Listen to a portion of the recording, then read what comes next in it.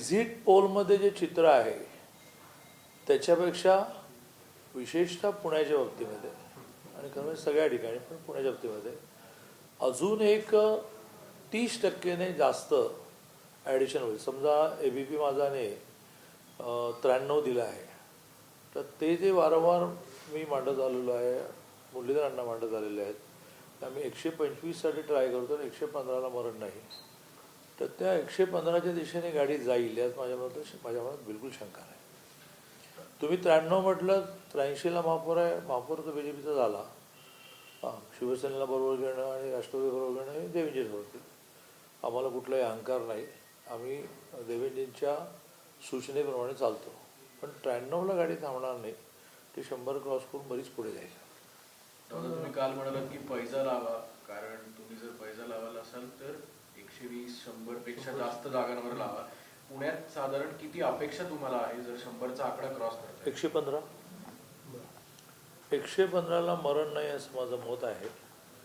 93ची figure ही तुम्ही ABP माझा आणि काही जणांनी काढली आणि आमची जी सर्वे एजन्सी आहे तिने सुद्धा 106 काढली.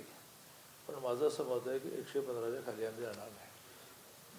हे पुण्याच्या मुंबईत मात्र ज्या पद्धतीने एकूण ठाकरे बंधू एकत्र येऊन एक आव्हान उभं करण्याचा प्रयत्न केला आणि मात्र त्या ठिकाणी देखील चित्र तुमच्या बाजूने येताना दुखताना दिसतंय. काय मुंबईत तेच चित्र असेल की त्याहीपेक्षा जरा अजून? कालही सकाळी मतदानानंतर मी मांडलं, 14च्या आधी म्हणजे मोदीजींचा पंतप्रधान म्हणून उदय होण्याच्या आधी अशा प्रकाराने BJPला नामोहरम करण्याचे काही प्रयत्न तरी व्हायचे आणि थोडं यश पण मिळायचं. कारण ते गैरसमजुतीवर आधारित, म्हणजे गैरसमजूत निर्माण करून देणं लोकांची याच्यावर आधारित होतं. 14 नंतर लोक मोदीजींवर इतका विश्वास ठेवतात की इतरांचे आरोप प्रत्यारोपाला ते हे राजकीय आरोप आहे असंच म्हणतात. आणि त्यामुळे मग उद्धवजी राज्य एकत्र येणं असेल, उद्धवजी राज्य एकत्र येणं हे मुंबई गुजरातला जोडणारा असा आरोप असेल, हे मराठी महापौर करणार नाही असा आरोप असेल, हे मराठी माणसाला न्याय देणार, या सगळ्यावर लोक विश्वासच हे मोदीजी अतिशय पारदर्शक माणूस. आणि त्यामुळे जरी म्हणजे मी तर तुम्ही रिसर्चवाले आहात, तर ज्या दिवशी ते एकत्र आले त्या दिवसापासून मी हेच मांडतो आहे, यांच्या एकत्र येण्याने काही फायदा होणार नाही. आणि अतिशय ब्लंटली मी मांडत होतो की उद्धवजी 45, राजजी 20, 90 BJP, 40 एकनाथजी शिंदेची शिवसेना. तर मी काही भविष्यकार नाही, पण इतके वर्ष 47 वर्ष सामाजिक राजकीय काम, student movement, social movement, political movement, तर इतकं तर अनुमान यायलाच पाहिजे. इतकं अनुमान यायला येत नसतील तर मग काम करण्याला काय मजा आहे. आणि त्यामुळे मुंबई क्लिअर.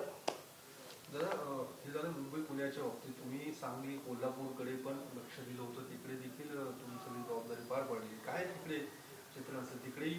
तिकडे पहिलं तर महाराष्ट्रामध्ये एकमेव महानगरपालिका कोल्हापूर, ज्या तिन्ही पक्षांची महायुती करण्यामध्ये मी आता माझ्या सगळ्या सहकार्यांना म्हणणार आहे की आम्ही म्हणा, मी नाही, टीम वर्क करते, व्यक्ती अहंकार रिफ्लेक्ट करते. आणि त्यामुळे आम्ही सगळ्यांनी मेहनत घेऊन कोल्हापूरला महायुती महाराष्ट्रात एकमेव, मुंबई पण नाही, एकमेव की जिथे आम्ही महायुती केली आणि महायुतीच्या आता 81 पैकी 65 जागा येतात असं दिसत आहे. 31-32 BJP दाखवत आहे, 19-20 शिवसेना दाखवत आहे, 11-13 अजित पवारांची राष्ट्रवादी दाखवत आहे, यात RPI आहेच. सेम अबाउट इचलकरंजी, एकूण 65ची इचलकरंजी महानगरपालिका आहे, तर BJP शिवसेना हे 45 क्रॉस दाखवते. सेम अबाउट सांगली की जिथे युती नाही झाली, आम्हाला संपवण्यासाठी सगळे एकत्र आले, सगळे म्हणजे काही राहिलंच नाही समोर, तरीसुद्धा आम्ही 45पर्यंत जातो. तुम्ही 38 मान्यच करताय. माझं म्हणणं की काही गोष्टी तुमच्या सर्वेतही सापडत नाही आणि त्या सर्वेत न सापडणाऱ्या गोष्टी धरल्या तर आम्ही सांगलीमध्येही 39ला महापौर आहे, तुम्ही 38 सांगताय, तुम्ही शिवसेना 6 दाखवताय, पण त्याच्याही पुढे आम्हीच आमची 45 जाऊ. पिंपरी 128ची पिंपरी, 64ला 65ला महापौर, तुम्ही किमान 68 दाखवतात. माझं म्हणणं की 82च्या खाली पिंपरी येणार नाही, 115च्या खाली पुणे येणार नाही, 65च्या खाली कोल्हापूर येणार नाही, 45च्या खाली इचलकरंजी येणार नाही, 45च्या खाली सांगली येणार नाही. 130च्या खाली मुंबई महायुती येणार नाही. दादा, एकंदरीत तुम्ही हा सगळा विश्वास जेव्हा वर्तवताय तेव्हा गेल्या अनेक दिवसांपासून पहिल्या बैठकीपासून तुम्ही पुण्यात आहात आणि दुसऱ्या बाजूला जर सातत्याने ही निवडणूक बघितली तर मेट्रोचा प्रवास, त्याच्यातले अजेंडे आणि त्यानंतर राष्ट्रवादी आणि थेट तुमचं आव्हान, अशा कुठल्या गोष्टी वाटतात की जेणेकरून पुणेकरांनी तुम्हालाच कौल दिलं वाटतं?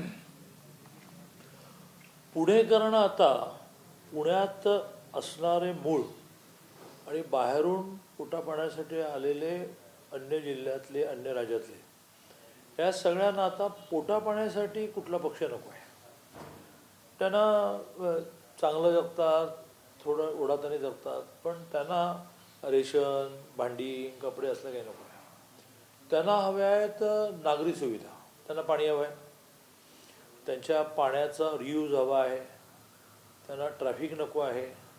आणि मग ट्रॅफिक नकोमध्ये सगळं येतं, पर्यावरणामध्ये सगळं येतं. म्हणजे बसेस वाढवणं येतं, CNGवरच्या बसेस येतं, इलेक्ट्रिकच्या बसेस येतं, मेट्रो येते, रिंग रोड येतो, पुढे मुंबईकडे सारखं जावं लागतं मग अटल येतो, मिसिंग लिंक येते. त्यांना असं लक्षात आलं आहे की चांदणी चौकाच्या 6 लेनपासून ते आता शिक्रापूरकडे जाणारा 3 लेअर ब्रिजपासून ते पालखी मार्ग असो, यांनीच केले. म्हणजे व्यक्तिगत जीवनामध्ये मतासाठी लोक देतात, लक्ष्मीला नाही म्हणत म्हणून लोक घेतात, तर त्याच्याशी काय लोकांचं जीवन जोडलेलं आहे. लोकांचं म्हणणं असं की रोजची रोजी रोटी यासाठी आम्हाला तुम्ही नको.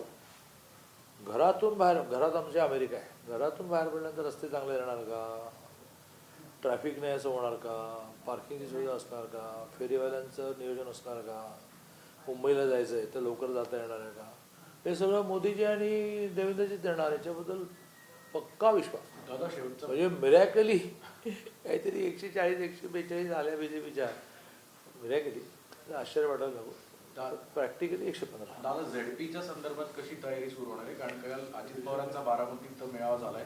भाजपकडनं ZPसाठी काय तयारी आणि आता पुढची रणनीती आणि प्लॅनिंग कसं असेल? आमचे सगळ्या ठिकाणचे इच्छुकांचे इंटरव्ह्यू पूर्ण झाले. इकडे सांगली, कोल्हापूर, इकडे पुणे बिणे सगळे इंटरव्ह्यू पूर्ण झाले.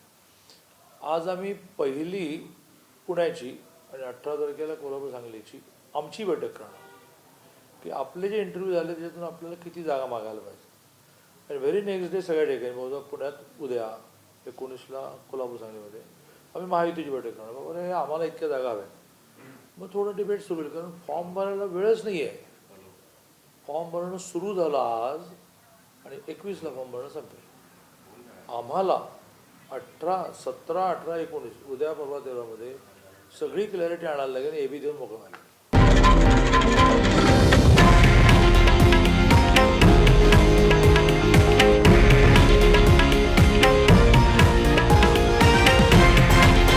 हे आहे देशातील नंबर 1 न्यूज नेटवर्क आणि आपण पाहत आहात TV9 मराठी, एकमेव.